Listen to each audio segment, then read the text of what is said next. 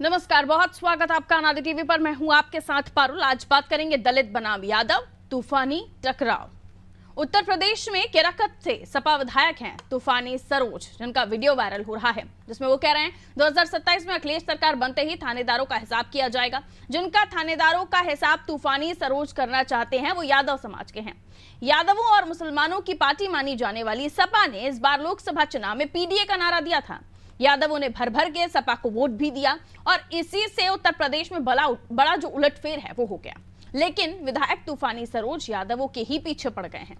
वो केराकत और चंदवक थानों में तैनात यादव पुलिसकर्मियों पर खूब हमलावर हो रहे हैं। एक कार्यकर्ता सम्मेलन के दौरान विधायक की भाषा और धमकी ने यह सवाल पैदा किया है कि क्या अखिलेश यादव के पीडीए खेमे में दरार पड़ने लगी है। यदि अखिलेश ने तूफानी सरोज के खिलाफ कोई एक्शन नहीं लिया तो यादव अखिलेश से नाराज हो सकते हैं और कोई कार्रवाई की तो दलित वोट हाथ से जा सकता है। वैसे भी देखा जाए तो हाथरस कांड के बाद जिस तरह अखिलेश यादव दलितों पर प्रभाव रखने वाले बाबा साकार हरि के समर्थन में लामबंद हुए हैं, उससे संदेश गया है कि दलितों को खुश करने के लिए अखिलेश किसी भी हद तक जा सकते हैं। अखिलेश के इस कदम से यादव नाराज भी हो सकते हैं, जिससे पीडीए फॉर्मूले को धक्का पहुंच सकता है। उधर दलित इस बात से नाराज हैं कि हाथरस में सैकड़ों दलितों की मौत के बाद भी ना तो अखिलेश खुद वहां पहुंचे और ना ही अपने कार्यकर्ताओं को पीड़ितों की सहायता के लिए भेजा। ये सारे मुद्दे 2027 के विधानसभा चुनाव में अखिलेश को भारी पड़ सकते हैं और अखिलेश के इस पीडीए फॉर्मूले में दरार भी हो सकती है। और इसी को लेकर आज हम चर्चा करने की कोशिश करेंगे। मेहमानों से भी होगी आपकी मुलाकात, लेकिन उससे पहले कुछ रिएक्शंस हैं और वो बयान भी आपको सुनवाते हैं जो केराकत से विधायक तूफान ने दिया है। सुनिए। बहुत ही जल्द परिवर्तन की आंधी 2027 में चलने वाली है। ये जो अत्याचार किया जा रहा है, लगता है ये जो चंदवक और केराकत थाना, दोनों थाना हम लगता है खाली यादवों के लिए बनाया गया है। जब सुनो 4 यादव ये थाने में, जब सुनो 4 यादव वो थाने में, लगता है ये दोनों थाने सिर्फ यादवों के लिए बनाए गए हैं। और ये लोग जो अत्याचार कर रहे हैं इतना बड़ा जो है, उस सबका हिसाब किताब किया जाएगा। कहीं न कहीं अधिकारी ड्यूटी पर रहेंगे। सबका मोबाइल नंबर प्राइवेट आप लोग नोट रख के रखिए, जब वक्त आ जाएगा सबका हिसाब किताब करेंगे। समाजवादी पार्टी के शासनकाल में जिनकी नियुक्तियां हुई हैं, जिस प्रकार से वो नियुक्तियां हुई हैं, अगर वो लोग जहां भी कहीं भी हैं, वो निश्चित रूप से समाज में समाजवादी जो विचारधारा रही है, सैफई खानदान की जो विचारधारा रही है, उसमें दलितों का शोषण और अपमान हुआ है, होता रहा है। आज भी उनको जहां मौका मिल रहा है, इसमें कोई कोर कसर बाकी नहीं है। और इससे समाजवादी पार्टी का जो पीडीए का कॉन्सेप्ट है, वो परिवारवादी डेवलपमेंट अथॉरिटी जिसको मैं कहता हूं, वो कहीं भी उसमें दलित आता नहीं है और दलित सुरक्षा संरक्षा की उनकी हवा निकलती हुई दिखाई देती है।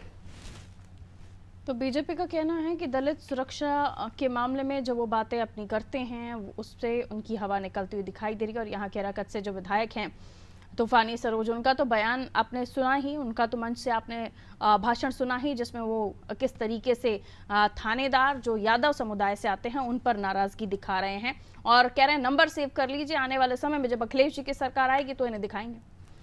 चलिए, मिलियन मेहमानों से जो हमारे साथ जुड़ रहे हैं, सबसे पहले अलका जी हमारे साथ जुड़ी हुई हैं, वरिष्ठ पत्रकार हैं आप। अलका जी, बहुत स्वागत करती हूँ। बाकी मेहमान भी हमारे साथ जुड़ेंगे, जैसे जुड़ते जाएंगे हम उनका स्वागत करेंगे। अलका जी, ये जो मसला है जिसमें बताया जा रहा है कि जो माफ कीजिए, नीरज साहब हमारे साथ जुड़े हुए, नीरज मेहरे जी। नीरज सर, बहुत बहुत स्वागत आपका।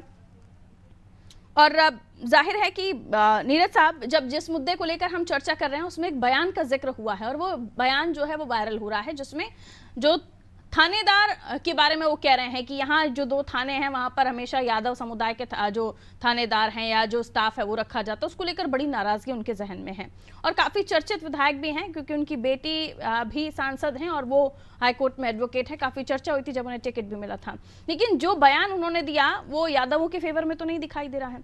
अब अखिलेश जी के सामने समस्या ये कि एक तरफ वो चाहते हैं कि दलितों को भी साधा जाए, लेकिन अगर इन विधायक पर कार्रवाई नहीं होती है तो यादव नाराज हो जाएंगे। आप कैसे देख रहे हैं?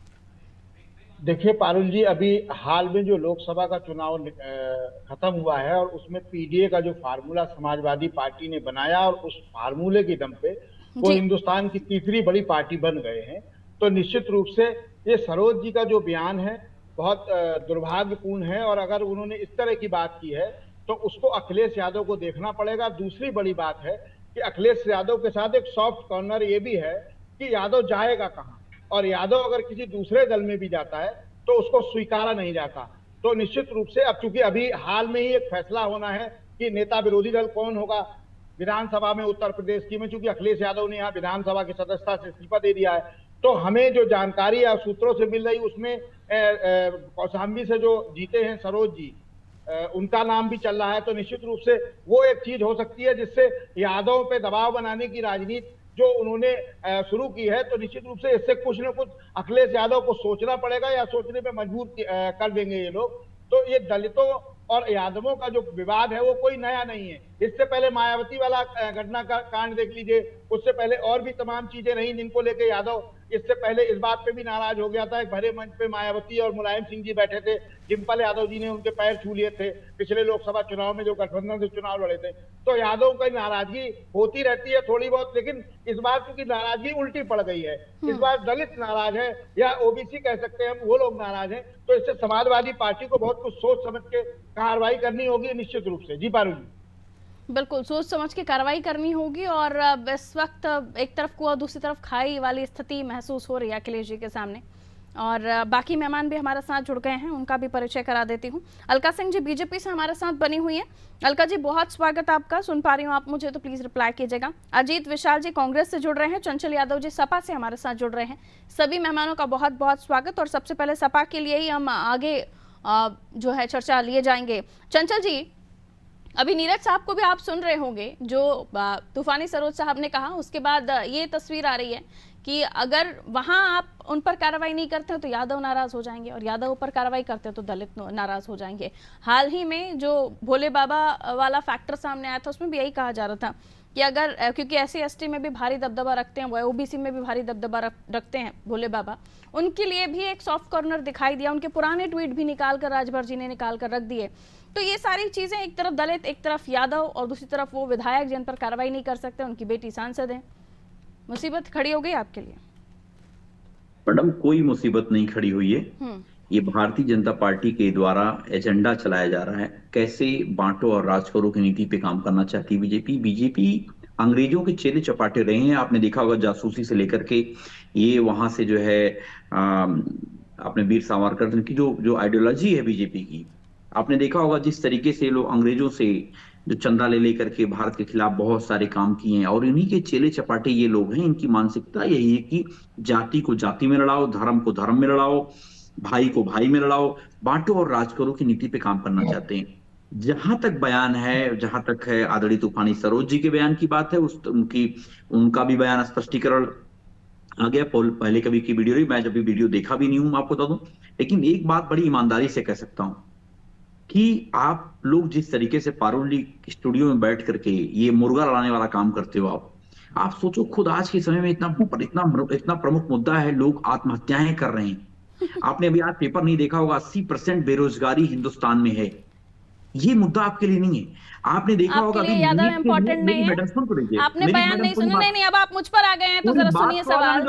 आपको शायद ये नहीं पता कि आपने खुद ही कह दिया ना कि आपने सुना ही नहीं अपने नेता का बयान, अपने विधायक का बयान नहीं सुना, डिबेट में आप बोलना शुरू कर दिए। आपको दर्द तो होगा, सुन लीजिए ना। नहीं, आपको तकलीफ हो रही है क्योंकि आपके विधायक ने आपकी किरकिरी कर दी है। आप ही के विधायक ने, तूफानी सरोज ने किरकिरी कर दी आपकी। यादवंशी थानेदारों से, स्टाफ से, पुलिस थाने में तैनात स्टाफ से उनको बड़ी दिक्कत है। अभी तो स्टार्ट किया मैंने, तो वही कह रही हूँ ना, आपको बयान सुनना चाहिए, डिबेट को लेकर गंभीरता रखा कीजिए ना अगर प्रवक्ता है तो।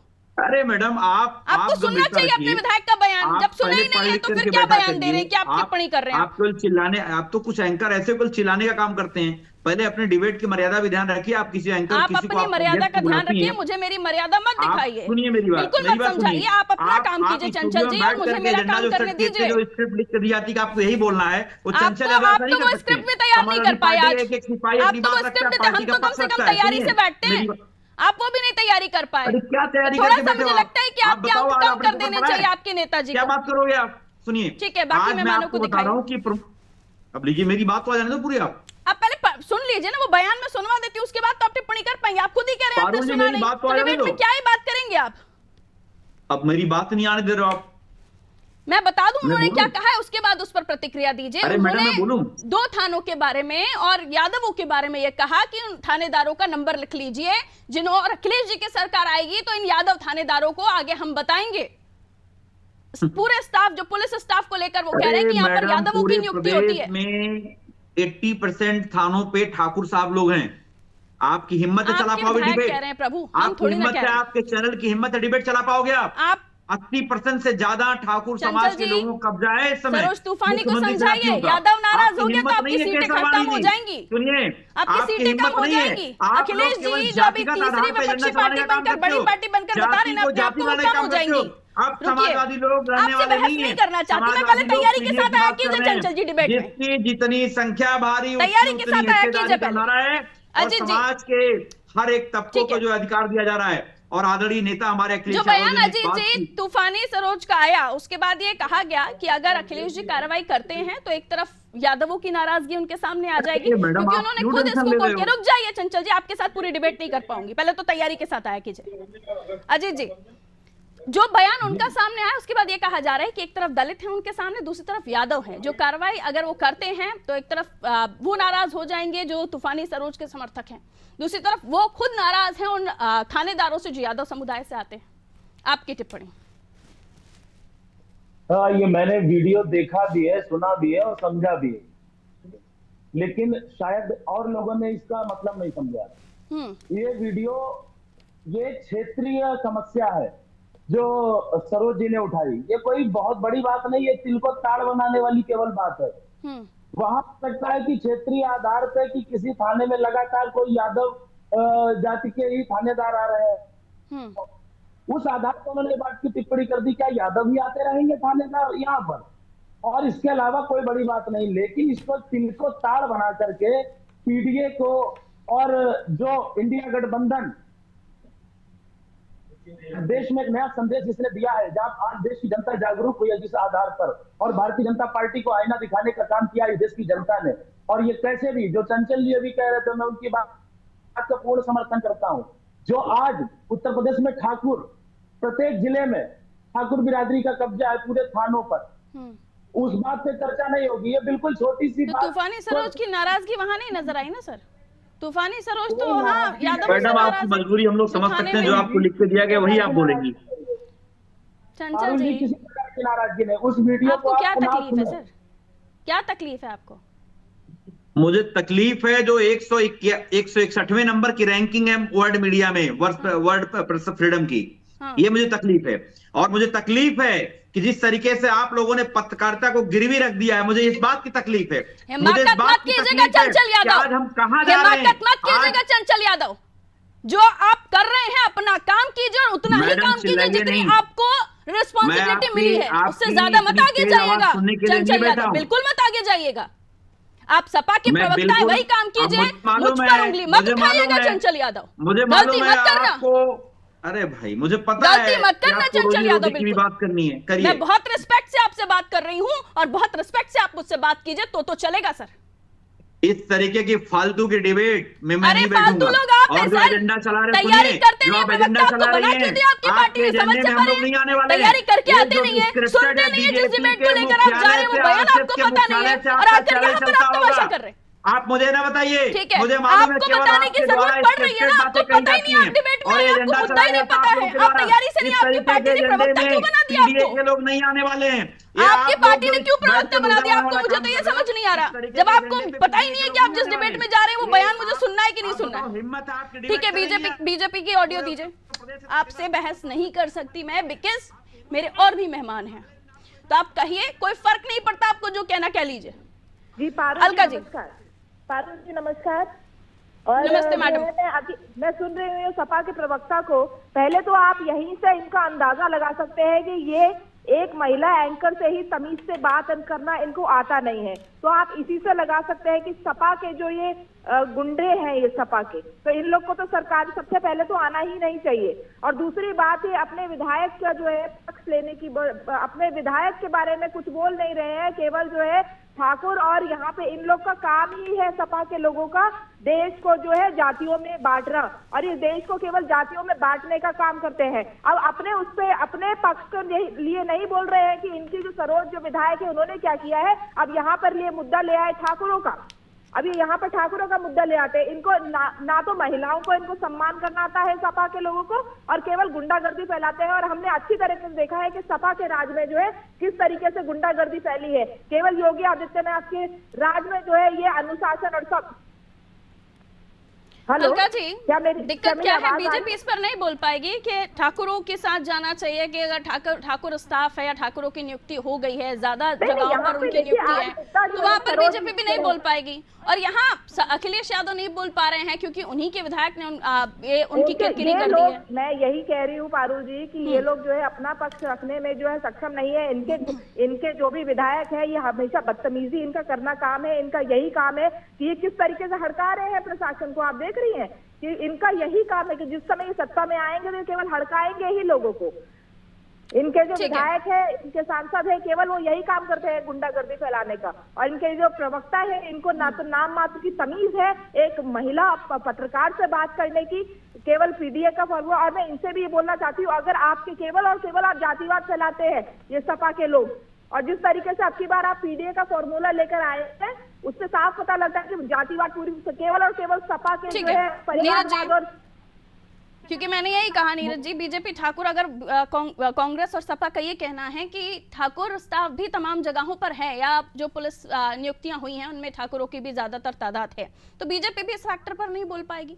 वहीं अखिलेश यादवों पर नहीं बोल पा रहे हैं। और सबसे बड़ी दिक्कत, अखिलेश यादव को उन्हीं के विधायक परेशान कर रहे हैं। वो वहां जाके बयान दे देते हैं। अब उनकी भी मजबूरी है, उनका भी वोट बैंक है, उन्हें उनको भी खुश रखना है। लेकिन अगर ये मुद्दा उठा है तो जाहिर सी बात है जब बयान निकलते हैं तब तो खबर बनती है। सर, आप और मैं बैठकर तो खबर बना नहीं देंगे। देखिए पारुल जी, ये कोई नई बात नहीं है। इससे पहले आपको याद हो विधानसभा 2022 के चुनाव के दौरान मुख्तार अंसारी के बेटे समाजवादी पार्टी और सुभाषपा चंचल जी ने डिस्कनेक्ट किया है क्या? सुभाषपा और चंचल जी को हटा दीजिए फिर स्क्रीन से, क्यों दिखा रहे हैं? जी संयुक्त तो प्रत्याशी थे अब्बास अंसारी। उन्होंने एक चुनावी सभा में ये कहा था कि हमारी सरकार आ जाएगी, अखिलेश भैया से हमारी बात हो गई है और हमारी सरकार आएगी तो इन अधिकारियों का ट्रांसफर नहीं होगा, ये एसपी डीएम यहीं बने रहेंगे, इनका हिसाब यहीं होगा। उसका नतीजा ये हुआ कि समाजवादी पार्टी सत्ता में आने से चूक गई, क्योंकि जनता का नाराजगी दिखाई देने लगी। अगर सरोज जी ने ये बात कही है तो निश्चित रूप से एक नई चीज बात निकल के आई है। तो इसको समाजवादी पार्टी, जिस तरह से अभी चंचल यादव जी ने एक टिप्पणी की है और बात करी है, तो मैं इनको याद दिलाना चाहूंगा कि समाजवादी पार्टी की सरकार में सिपाही जी से लेकर आईजी तक सारे थाने और जिलों में नब्ज है सर, दबा देंगे तो फिर चीखने चिल्लाने लगेंगे। मुझे पता है ना, मुझे पता है, उनकी पूरी नब्ज पता है। तो सिपाही जी से लेकर आईजी तक सब थानों में केवल यादव पोस्टेड होते थे। तो इसमें तरीका है, कौन सी जगह ठाकुर और ब्राह्मण कहाँ नहीं है, ब्राह्मण कहाँ नहीं है, ठाकुर कहाँ नहीं है, यादवों की तो ऊपर टिप्पणी हो रही है। तो निश्चित रूप से उन्हें पहले अपने गिरबान में झांक कर देखना चाहिए और इस तरह की बात नहीं करनी चाहिए। सरोज जी का बयान, अब आप देखिए समाजवादी पार्टी उत्तर प्रदेश के किसी भी घटनाक्रम पे जो सरकार के खिलाफ होता था उस पर 5 सदस्यीय कमेटी बना के भेज दिया करती थी। ये पहला मामला है जहां 120 आदमी मर गए, उसके बाद समाजवादी पार्टी ने कोई कमेटी बना के नहीं जांच के लिए भेजी अपनी तरफ से कि पार्टी की कमेटी जाके वहां जाके संवेदना व्यक्त करती या उन पर बात करती। राजनीति, लाशों पे राजनीति होने लगी है बाप, ये बहुत दुर्भाग्यपूर्ण है। निश्चित रूप से समाजवादी पार्टी को लाशों की राजनीति नहीं करनी चाहिए, या कोई भी राजनीतिक दल है। अगर राहुल गांधी जी गए, लेकिन राहुल गांधी जी गए, उसे आप किस एंगल से देख रहे हैं नीरज जी?